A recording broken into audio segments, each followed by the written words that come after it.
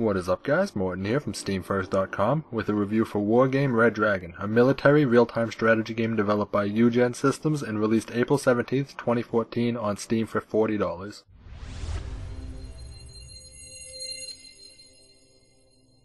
Real-time strategy is a pretty broad genre. There are micro-intensive games like Warcraft 3 and macro-intensive games like Sins of a Solar Empire, and a combination of the two like StarCraft.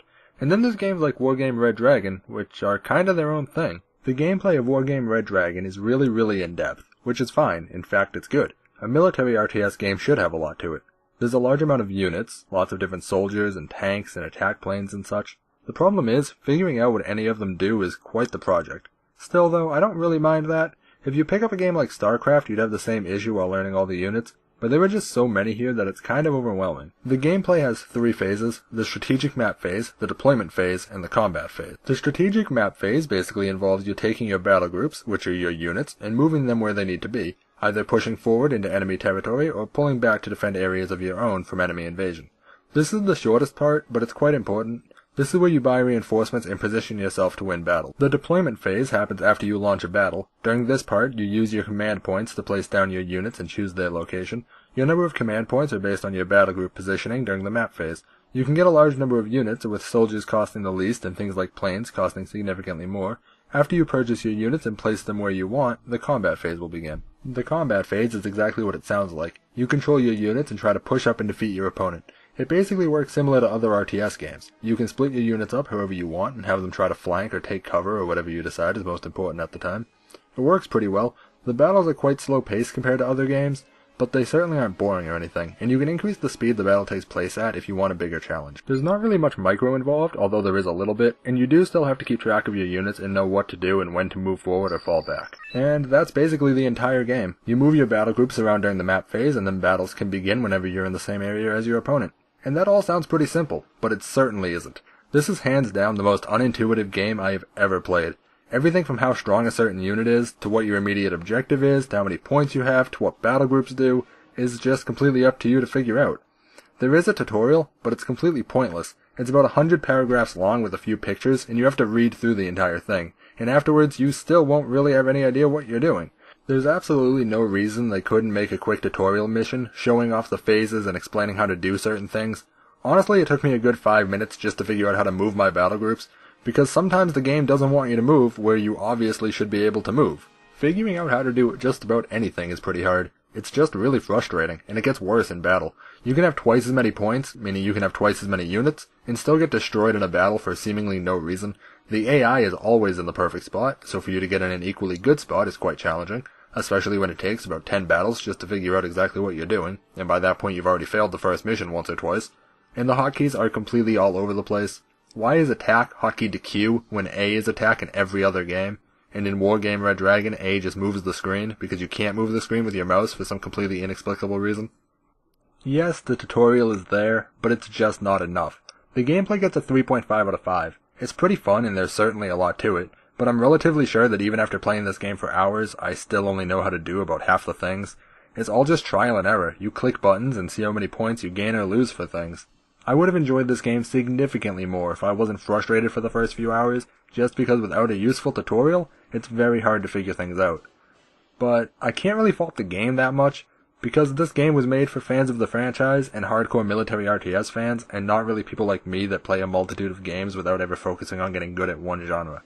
Still though, a simple tutorial mission would have solved so many problems, and probably would have taken less time than the whole written tutorial they did implement.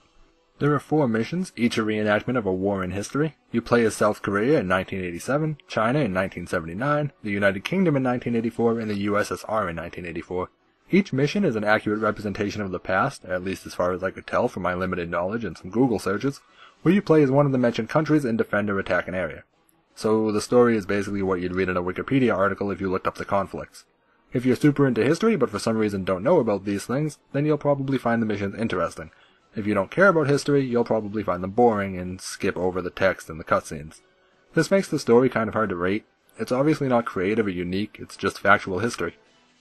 The story, or stories rather, get a 3.5 out of 5. They're lesser known historical events and they're accurate as far as I can tell, but there are only 4 of them and the only real story is a rather quick cutscene before the mission begins. Speaking of cutscenes, they're the only part of the game with any voice acting, which is a shame because it's quite good. It sounds almost like a history documentary. All the other sound effects in the game are very good as well. Every unit, of which there are an incredibly large number, has their own gun firing sounds. They easily could have taken 2 or 3 different gunshots and put them in for all the units, but they chose not to, and it adds a lot to the game. They're going for historical accuracy and realism, and they nailed it with all the sound effects. The sound gets a 4.5 out of 5, and my only complaint is there's quite a lot of text during missions, and I wish they had it all voice acted. There's really not a lot of replayability in the single-player missions. In fact, I'd say there's none, but it certainly isn't needed, because the multiplayer is really good. You can create your own deck, which is basically your own unit composition, and then play with your personalized deck. You can play ranked and compete with others, which has both a 1v1 and 2v2 mode, so if you have a friend that owns the game, you can play alongside them in a competitive atmosphere, or you can play unranked games, which can be up to 10v10 battles, which are all sorts of crazy.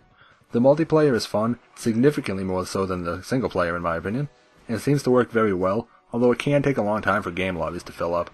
You could easily play multiplayer for a very long time, so even though the single-player campaign missions offer no replayability, the fact that the multiplayer is so fun gives replayability a 4.5 out of 5. Visually, Wargame Red Dragon looks excellent. All of the units, and there are over 1,400 of them, are highly detailed and you can tell the developers put a ton of effort into them. The landscapes are all pretty good and the battlefields look nice as well. The graphics are just really well done. The only part that doesn't look great is the map phase, and it isn't bad by any means, it's just not as awesome as the rest of the visuals. The graphics get a 4.5 out of 5, everything looks really nice, and the detail on all the units is just very well done. It's really impressive. Overall, Wargame Red Dragon gets a 4 out of 5. The game is well made and engaging once you get the hang of it, it's just lousy that getting the hang of it is a massive project, and will certainly be a deterrent for some newcomers.